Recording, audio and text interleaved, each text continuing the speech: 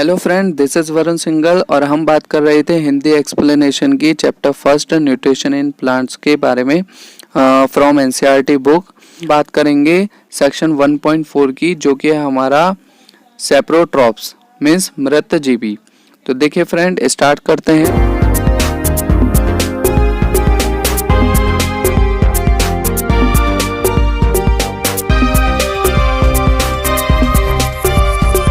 You might have seen packet of mushroom sold in vegetable.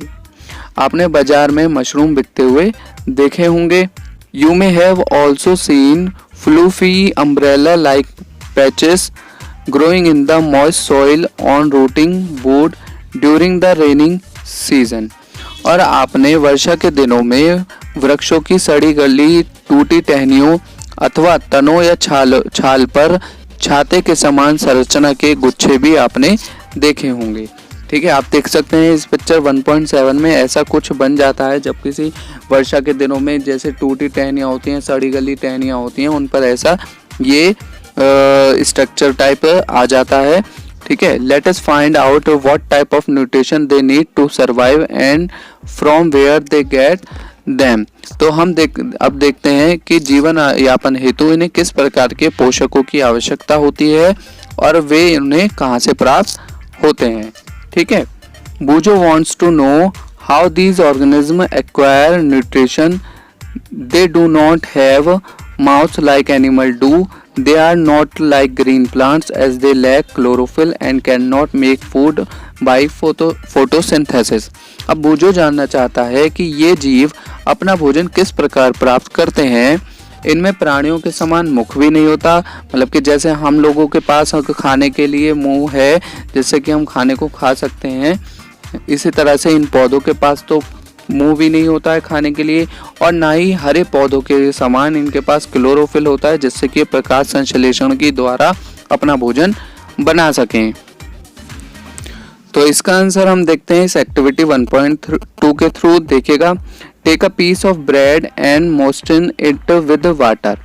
आप एक bread का टुकड़ा लीजिए और उसको पानी से भिगो लीजिए। Leave it in a moist warm place for 2-3 days और until fluffy patches appear in them.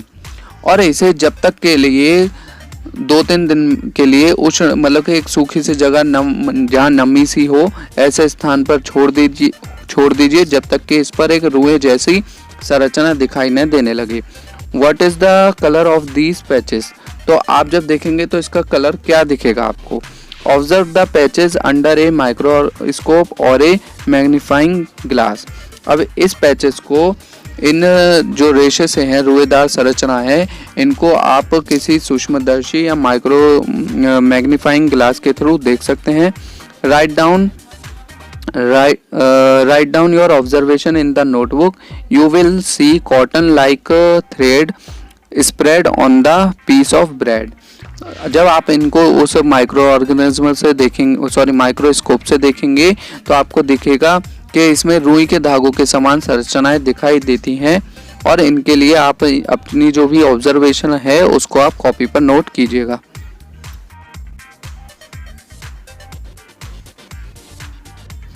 तो फ्रेंड, आप देख सकते हैं इस फिगर 1.8 में ये इस तरह से ये रुएदार संरचना आपको मिलेगी जब आप ऐसे ब्रेड को 2-3 दिन के लिए किसी नमी वाले स्थान पर रख देंगे। तो पढ़ते हैं इसके बारे में। These organisms are called fungi. इस ऑर्गेनिज्म को हम क्या कहते हैं, फंगी कहते हैं, मीन्स कवक या fungi. They have a different mode of nutrition. इनकी पोषण प्रणाली अथवा पोषण की विधि अलग होती है। They absorbed the nutrition from the bread. और ये जो न्यूट्रिशन होता है, मतलब कि जो अपना पोषण लेते हैं, ये ब्रेड के थ्रू लेते हैं। This mode of nutrition in which organism take in the nutrients from dead and decaying matter is called a saprotrophic nutrition. इस प्रकार की पोषण प्रणाली को, जिसमें जीव किसी मरे हुए या विघटित जैविक पदार्थों से पोषक तत्व प्राप्त करते हैं, मृतजीवी पोषण कहलाते हैं। Such organisms with saprotrophic mode of nutrition are called saprotrophs. मृत जीवी पोषण प्रणाली का उपयोग करने वाले जो भी जीव होते हैं उनको हम क्या कहते हैं? मृत जीवी कहते हैं। Fungi also grow on pickles. Fungi जो होती है वो pickles, leather, clothes and other articles that are left in hot and humid weather for long times. ये जो फंगी होती है ये अचार, चमड़े, कपड़े या कोई भी ऐसा पदार्थ जिसको आप ऐसी जगह पर छोड़ देते हैं जहाँ पर थोड़ा गर्म और ह्यूमिडिटी भी होती है, ठीक है, वहाँ पर ये फंगी बन जाती है, उग जाती है, ठीक है। During the rainy season they spoil many things. और आपने देखा होगा कि वर्षा के दिनों में ये फंगी बहुत सारी चीज़ों को ख़राब भी कर देती है। आपने देखा होगा आपके घर में रखा हुआ अचार अधिकतर बारिश के समय में ख़राब हो जाता है, उस पर फंगी लग जाती है। Ask your parent about the meanings of fungi of your in your house. आप अपने पेरेंट से फंगी यानी कि कवक की वजह से होने वाले नुकसान के बारे में चर्चा कर सकते हैं। The fungal spores the generally present in the air. जो कवकों के बीजाणु होते हैं वो अधिकतर वायु में ही उपस्थित रहते हैं normally. When they land on wet and warm thing they germinate and grow. जब वे किसी ऐसे जैव पदार्थ अथवा उत्पाद पर बैठते हैं जो नम और उष्ण होते हैं तो वे अंकुरित होकर नए कवक को जन्म देते हैं। Now can you figure out how we can protect our things from getting spoiled. तो अब आप समझ सकते हैं कि हम अपनी वस्तुओं को कवक के द्वारा खराब होने से किस प्रकार बचा सकते हैं। तो फ्रेंड, आगे बढ़ने से पहले हम देखेंगे ऊपर पहेली क्या कह रही है। तो पहेली is mean to know whether her beautiful shoes which she wore on a special occasion were spoiled by fungi during the rainy season। पहेली को याद है कि उसके सुंदर जूते जिन्हें वह विशेष अवसरों पर पहनती थी वर्षा ऋतु में कवक के कारण खराब हो गई।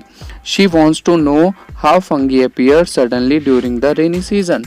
और वो जानना चाहती है कि रेनी सीजन में कवक अचानक कैसे प्रकट हो जाते हैं। और बूजो भी कुछ कह रहे हैं। क्या बूजो says once his grandfather told him that his wheat field were spoiled by a fungus। एक बार उसके दादाजी ने बताया था कि उनकी गेहूं की फसल कवक द्वारा नष्ट हो गई थी। He wants to know if fungi cause disease also। वह जानना चाहता है कि क्या ये फंगी रोग का भी कारण बनते हैं, क्या इनकी वजह से बीमारियां भी होती हैं। पहली told him that many fungi like yeast and mushroom are useful। पहली ने बताया कि ईस्ट और मशरूम जैसे कुछ कवक उपयोगी होते हैं। But some fungi cause disease in plants. लेकिन कुछ फंगी, कुछ कवक ऐसे होते हैं जो प्लांट्स, एनिमल इंक्लूडिंग ह्यूमन सबको नुकसान पहुंचाते हैं, उनको बीमार करते हैं। Some fungi are also used as medicine. और कुछ फंगी ऐसी भी होती हैं, कुछ कवक ऐसे भी होते हैं जो औषधि यानी कि मेडिसिन के रूप में भी प्रयोग किए जाते हैं। ओके, तो फ्रेंड आगे बढ़ते हैं और इसके पैरा को कंप्लीट करते हैं। Some organism live together and share both shelter and nutrition. कुछ जीव एक दूसरे के साथ रहते हैं तथा अपना आवास और पोषक तत्व एक दूसरे के साथ बांटते हैं। This relationship is called symbiosis. और यह रिलेशनशिप सहजीवी संबंध कहलाता है। For example certain fungi live inside the roots of plants. जैसे कि कुछ कवक ऐसे होते हैं जो वृक्षों की जड़ों में रहते हैं। The plants provide nutrition to the fungus and the in fungus and in return the fungus provide water and certain nutrition. वृक्ष कवकों को पोषण प्रदान करते हैं और बदले में वे उन्हें जल एवं पोषक के अवशोषण में सहायता मिलती है। वृक्षों के लिए इस संबंध का विशेष महत्व होता है। इन organism called lichens a chlorophyll containing partner which is an alga and A fungus live together. Lichen कहे जाने वाले कुछ जीवों में दो भागीदार होते हैं। इसमें से एक शैवाल होता है तथा दूसरा एक शवक होता है। The fungus provide shelter, water and mineral to the alga, and in return the alga provides food to the fungus. कवक शैवाल को रहने का स्थान, जल एवं पोषक तत्व उपलब्ध कराता है तथा बदले में शैवाल प्रकाश संश्लेषण द्वारा संश्लेषित खाद्य कवक को देता है। तो इस तरह से ये कुछ ऐसे हैं जो एक दूसरे की हेल्प करते हैं, ठीक है। इन्हें हम सहजीवी संबंध कहते हैं, ओके, सिम्बोसिस।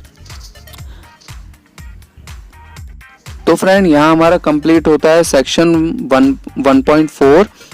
आई होप आपको ये वीडियो पसंद आई हो। प्लीज़ इसको जितना हो सके अपने फ्रेंड्स के साथ शेयर कीजिएगा और बने रहिए मैथ्स विजिटर के साथ। ऐसे ही नई नई वीडियो लाते रहेंगे हम मैथ्स की और साइंस की।